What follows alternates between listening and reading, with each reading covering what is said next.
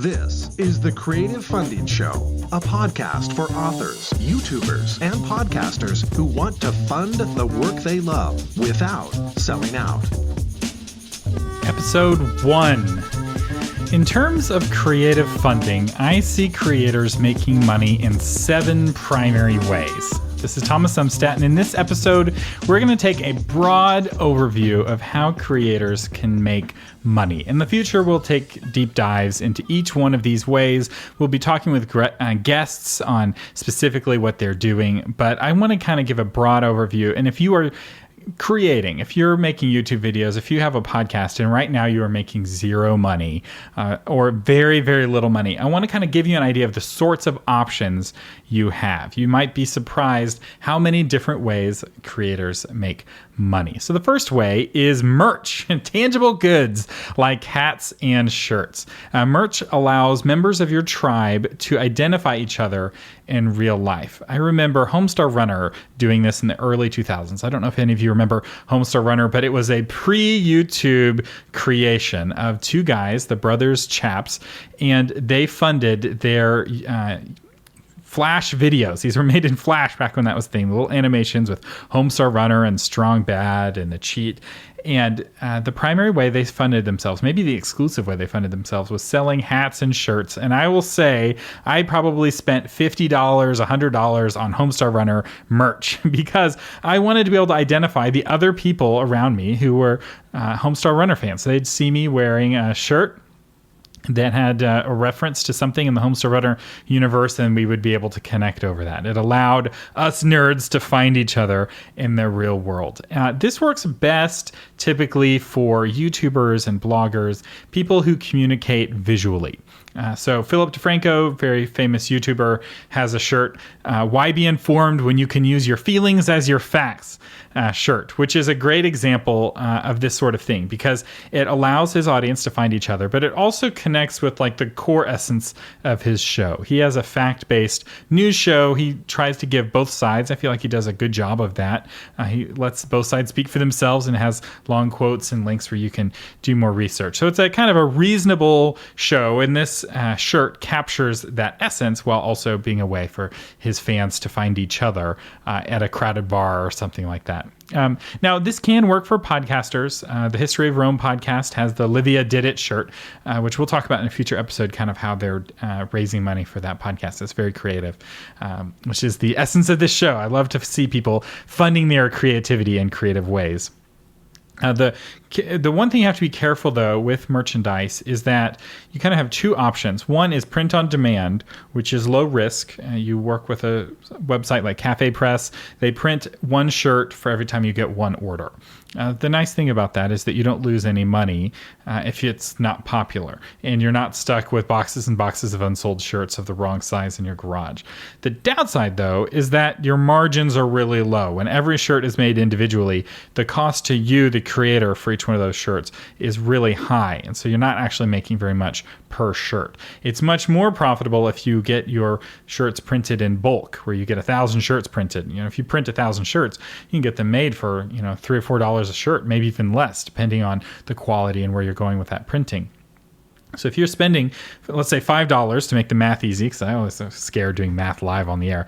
Let's say you spend $5 on the shirt and you're selling the shirt for $20. Well, you're making $15 a shirt. Whereas with print on demand, you may be paying $15 for a shirt and selling it for the same $20. Now you're only making $5 a shirt. So it makes a big difference whether you print on demand or whether you get them printed up in bulk. The other advantage of a print on demand service like Cafe Press is that you can put your logo or your slogan on lots of items. So mouse pads and hats and mugs and you name it, they offer that. And so you can make money that way. It's not going to be great money, but we'll talk about and talk with people who have done this and made this work. Shirts in general are kind of risky to print in mass because you have to know how many men's larges to get as opposed to men's extra larges as opposed to women's smalls. And it's really easy to print the wrong number of shirts, and you sell out of your men's XLs right away and you have a million smalls that you can't get rid of, or vice versa, and that can be a bit of a challenge to predict that. But there are ways of predicting that, and one way is to just pre-sell. You sell all your shirts ahead of time, and then you close sales, and then you place your order is one way to do that. So that's merch. That's the first way. The second way that creators make money is by selling products. Now, product is something that people buy for itself. Merch is like they're putting the logo on a shirt. A product can be an intangible good like courses or software.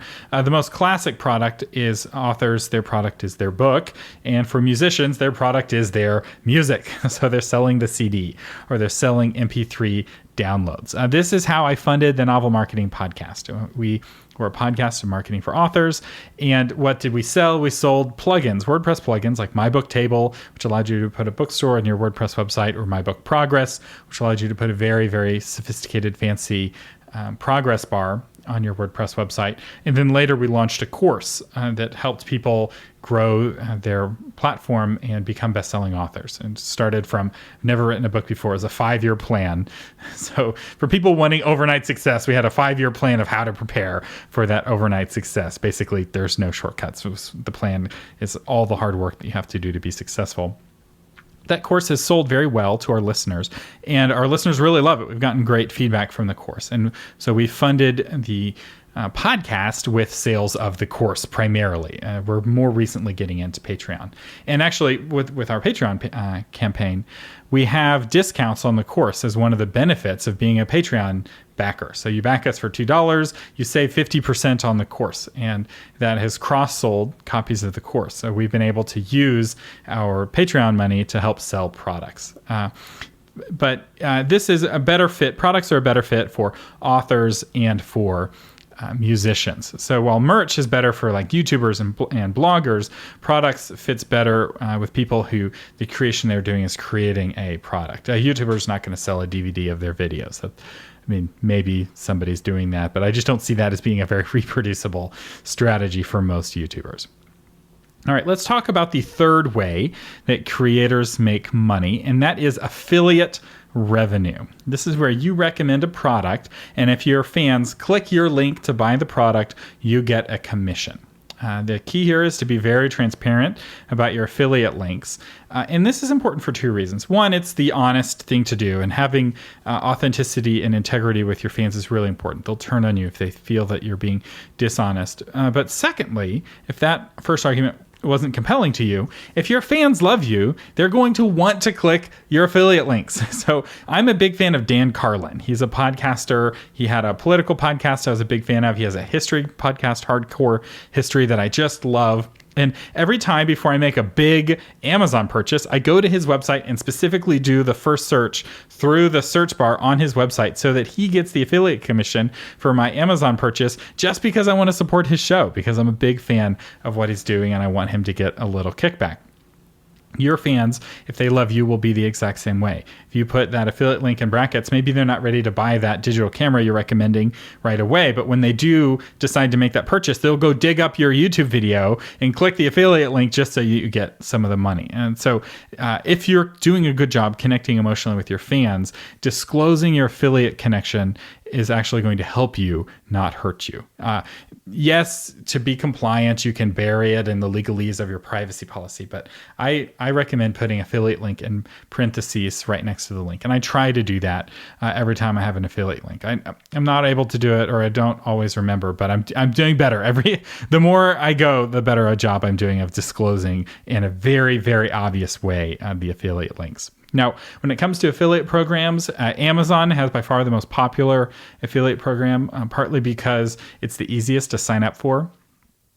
You can sign up for it very, very quickly, and partly because everyone shops on Amazon and Amazon sells everything. So the benefit of Amazon's affiliate program is that you sign up for one affiliate program and you can sell everything from a computer to a digital camera to, some products for doing your yard, right? You can buy worms on Amazon for your compost pile and everything in between. It's a very popular platform, and their affiliate program pays between 4 and 8%, and it's on a graduating scale. So your first products that you sell in a month, you'll get a 4% commission, and if you're really popular, you'll get as much as 8%. Amazon's not available in all states. Their affiliate program's not available in all states, and that's because they're in fights with state legislatures over sales tax. This is less of a problem than it used to be. Amazon seems to be signing peace treaties with states. You can always set up a corporation in a different state to get around this, but that's not worth it unless you're making a lot of sales, potentially. Making Amazon's affiliate program easier was actually one of the reasons why we made My Book Table for authors. They can create a bookstore and it creates all of the affiliate links. And I should point out here, Amazon isn't the only company with an affiliate program. Barnes & Noble has an affiliate program.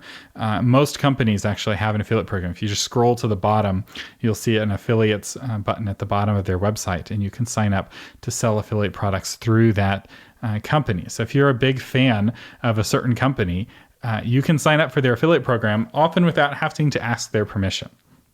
This is what's nice about affiliate revenue, is that it's a totally automated service. Typically, all I have to do is you put your employee identification number, your social security number, so they can report the taxes, and that's all there is to it. Sometimes there's some application where you say how you're going to be bringing in money, and there's often some rules.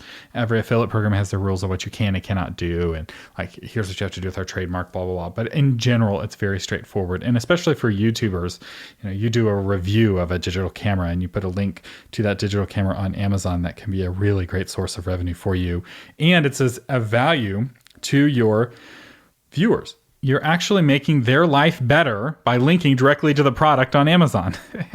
So they don't have to search. Maybe they're getting the wrong thing if they're wanting to check out that product. One other thing on affiliates, Amazon's program and many others work the same way. Let's say you recommended a digital camera and they click your affiliate link.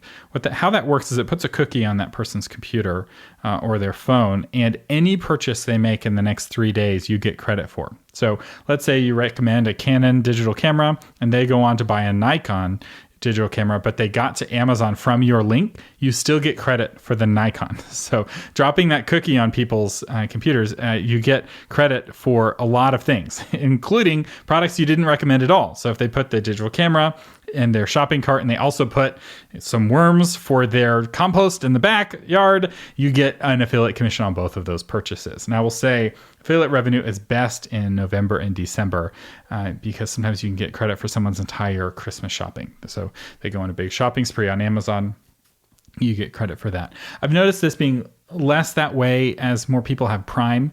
Prime members tend to not pile things up in their shopping carts. They tend to just make purchases all day long. Non-Prime Amazon members, though, are amazing because they have to put a certain number of items in their cart to get free shipping. And so they're like incentivized to have a big cart worth of stuff, and you can get 4% off of that entire cart. All right, let's talk about the fourth way that creators make money, and that is advertising. This is different from affiliate revenue because typically there's a third party that's placing ads on your content. The most common way most creators do this is with Google's AdSense, an AdWords program. And this is connected with YouTube's monetization, where YouTube will place an ad either as a pre-roll or a mid-roll on your video, and they give you a piece of the action. It tends to be algorithmic, so you as the creator don't have a relationship with the advertiser. You have a relationship with the platform, let's say YouTube, and the advertiser has a relationship with the platform, and that platform acts as the intermediary. Now, if you're a YouTuber, and you're a popular YouTuber that meets YouTube's guidelines of how popular you have to be eligible, this can be the easiest way to make money because you just check the box to say, put ads on my videos, and then you start getting money. It's not great money if you're not super popular, but it can be easy money. Just realize that this is algorithmic, which means you're at the mercy of an algorithm that you do not control and you do not understand. In fact, the way this algorithm works is it uses what's called machine learning, which means that no human understands the YouTube algorithm fully. It's super complex. It uses a neural network, and it's super fascinating if you get into how it works. But just realize that it is a shifting kind of liquid sand foundation. And I don't recommend having advertising be your sole source of revenue, especially when you don't have that relationship with the advertiser. As a general rule, making money with advertising is all about how many views and listens you get. It's not as much about the kind of people who are watching your videos or listening to your podcast as it is about how many people are watching or listening, which is very different from sponsorship, which we'll get to in a second. Advertising can work for bloggers, and actually I learned this lesson the hard way. On my blog, my personal blog, I didn't have ads because it wasn't a very popular blog. I was posting every once in a while when I felt like it, but then I wrote this blog post about dating and courtship that went viral. It had 1 million page views in 3-4 weeks. And that was really expensive. I hosted with premium hosting. WP Engine was my host, and they were fast. I had 100,000 views in one day, and it was fast that whole time. But then I had a nice little overage bill at the end of the month. They're like, "Oh, by the way, the money you were paying was not enough for the amount of traffic that you got." And if I'd have had advertising on my blog, I'd have been paid for every one of those page views, and it would have helped to offset those hosting costs. But as it was, I was on the hook for that. Fortunately, WP Engine cut me some slack. I asked them, what would happen if I upgrade my hosting? Will you forgive this overage fee? And they were like, yes. And so I was able to upgrade my hosting, which I was planning to do anyway. So I ended up, escaping. But if I was in the habit of writing viral blog posts, I really would have preferred to have that advertising on my website to help offset that. For podcasters, typically, if you want to get into advertising, you need to be a part of a podcast network, unless you're really, really popular. But in general, advertising on podcasting is hard because of the technical challenges. So while it's very easy on YouTube, it's relatively easy on a blog, advertising on a podcast is tricky, especially if you're wanting to auto-insert the ads. So some podcast networks, if you're a part of the network, they'll insert the ad for you. Otherwise, you have to, in your own editing environment, add the ad. And at that point, it's not really advertising as much as it is sponsorship. So let's talk about sponsorship. I am the Secretary of Sponsorship, after all, which is a meaningless title, I will admit, but it alliterates, so it's fun. Sponsorship is where you have a relationship directly with the advertiser. The advertiser and the creator have connected in some way. This is what you see the most on podcasting. So the podcaster reads some copy from the sponsor, and there was some sort of courtship process between the sponsor and the advertiser. Now, this may have been somewhat algorithmic right there on CreateSpace, and CreateSpace advertises on zillions of different podcasts. You just apply online, or Audible, you apply online. It's almost more like advertising at that point. But typically, the best money you get from sponsorship is from sponsors who are specifically interested in your specific audience. This is where the number of viewers or listeners you have is not as important as who views or listens to your content. So a good example of this is the How I Built It podcast, which is a podcast focused on WordPress developers, which is a very small audience. So think about kind of in the constellation of people on the planet, a tiny, tiny fraction of those people develop websites on WordPress. This show is never going to be a super popular show in the sense of like a show, say, about Agents of S.H.I.E.L.D. or some TV show, right? That there's more people who watch a TV show than develop on WordPress. But think about the kind of advertisers who want to talk specifically to WordPress developers. There's a whole ecosystem of people who make tools for WordPress developers who will pay a pretty penny to talk to specifically those kinds of people. So that How I Built It podcast has had sponsors from the very beginning, right? It has hosting companies that support it. It has software companies that make, shopping cart recovery, right? People are checking out and they abandon the shopping cart. We have software that helps bring them back.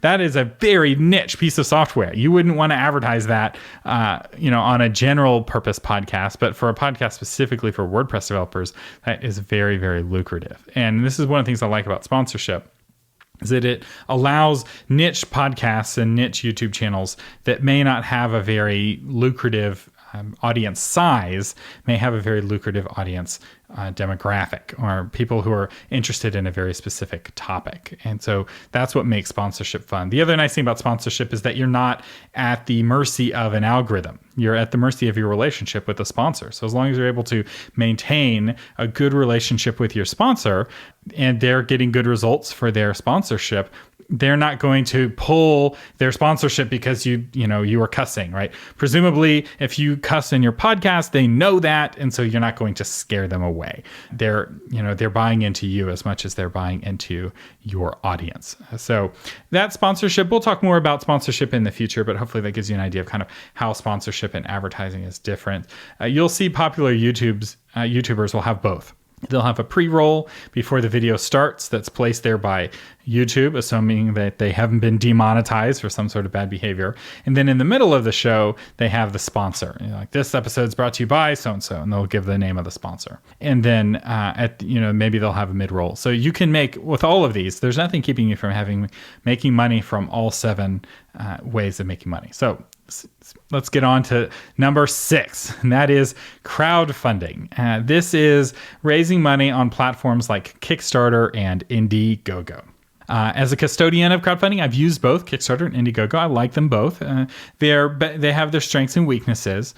In general, for creatives, I prefer Kickstarter, partly because it has KickTrack, which it just gives such great analytics that really helps with the planning. For technology products, there are some reasons to go with Indiegogo. If you're doing a big launch, though, which you go with depends on which platform is willing to cut you some breaks. So if you work with one of the big agencies that does Kickstarter and Indiegogo campaigns, they will often be able to guarantee you being featured on the homepage or some other sort of benefit. You can kind of get the two platforms to bid against each other. So there's not one platform that's better, right? You may be like, oh, Kickstarter has the bigger audience. And like, yeah, but Indiegogo has a bigger audience for my specific category, or Indiegogo is willing to work with me and help me promote the campaign. Also, Kickstarter is all or nothing, whereas Indiegogo allows you to have all or nothing, or you keep whatever you want.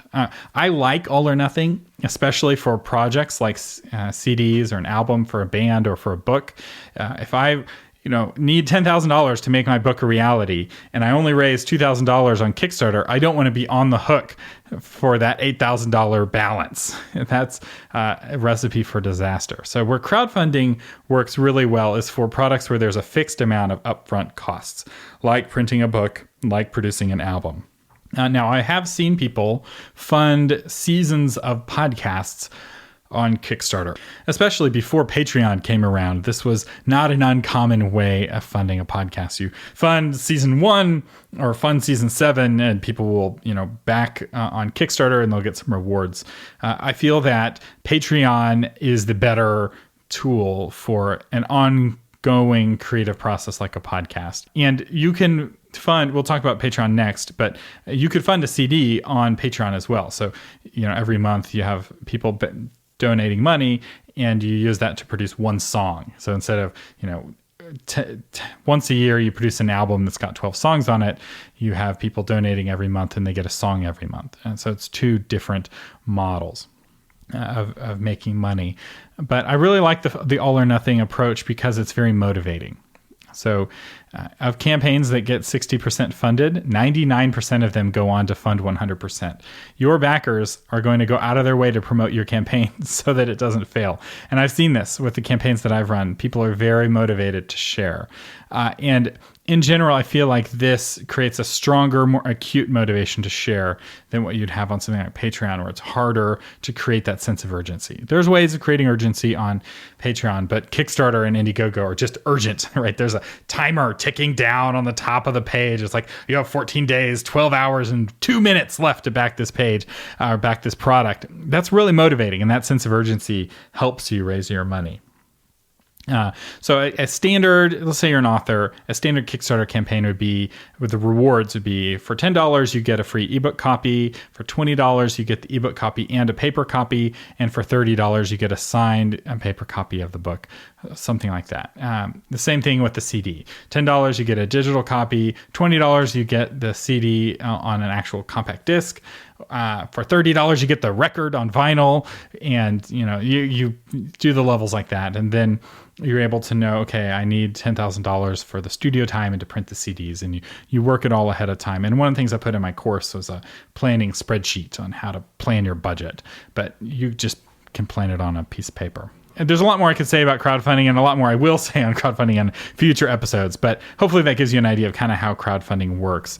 So let's talk about the final main way that creators make money, and that's through patronage.